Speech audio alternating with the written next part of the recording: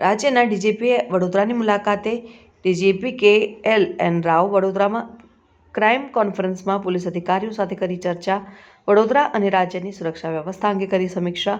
ગુજરાત રાજ્યના DGP KLN Rao દ્વારા આજે વડોદરા પોલીસ ભવન ખાતે આયોજિત ક્રાઇમ કોન્ફરન્સમાં રાજ્યની સુરક્ષા વ્યવસ્થા અંગે ચર્ચા કરાઈ. ડીજીપી KLN રાવે જણાવ્યું કે વડોદરા શહેર, જિલ્લા, નર્મદા, ગોધરા જિલ્લાના નવા અધિકારીઓ સહિત રાજ્યના મહત્વના વિભાગો કોન્ફરન્સમાં જોડાયા. તમામ પોલીસ વિભાગનું એકસાથે સંકલન કરવામાં આવ્યું.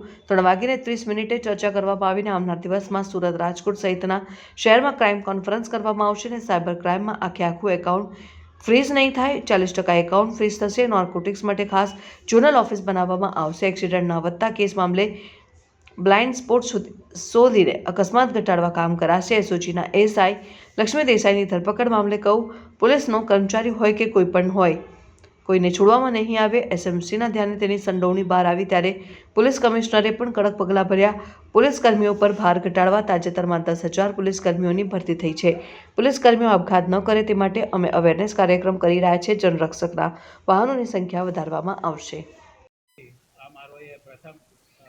મુલાકાત છે બરોડા શહેરની, અને એ પ્રાદેશિક ક્રાઇમ કોન્ફરન્સ આજે યોજવામાં આવેલી છે.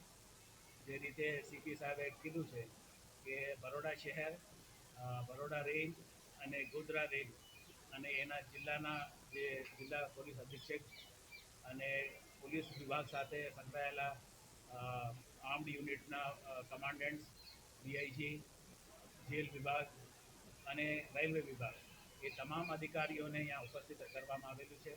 અને હેડ ઓફિસમાં જે પોલીસ ભવન ગાંધીનગરમાં જે અધિકારીઓ બેસે છે કે cyber centre of excellence, anti narcotic task force, state traffic branch અને CID ક્રાઇમ, આ રીતે જે મુખ્ય મથકમાં બેઠેલા અધિકારીઓને પણ यहाँ પર ઉપસ્થિત રૂબરૂ કરવામાં આવેલી છે, તાકે એક હોલ ઓફ પોલીસ ફંક્શનિંગ એકબીજાને જે મદદ હોય અથવા એકબીજાને જે ગુડ પ્રેક્ટિસીસ હોય એ સમજી શકે અને એક સિનર્જિસ્ટિક ઇફેક્ટ એકબીજા સાથે મળી સંકલન કરી, સારી સંકલન કરી અને એક સારા પોલીસ વિભાગ તરફથી એક કામગીરી થાય, એ એક આયોજન હતું.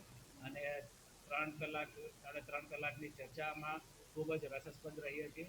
અને આમાં જે ગુડ પ્રેક્ટિસીસ હતો એ બધાને એકબીજાને આદાન પ્રદાન કરવામાં આવેલી છે. અને મને આશા છે કે આ એ બહુ ઉપયોગીદાયક થશે.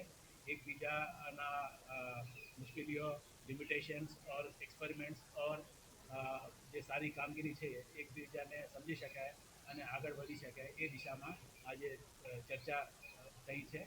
અને આવતા દિવસોમાં પણ બીજા સેન્ટર્સમાં પણ સુરત, રાજકોટ, અમદાવાદ, ગાંધીનગર એ રીતે અમે પ્રાદેશિક ક્રાઇમ કોન્ફરન્સીસ યોજવામાં આવશે.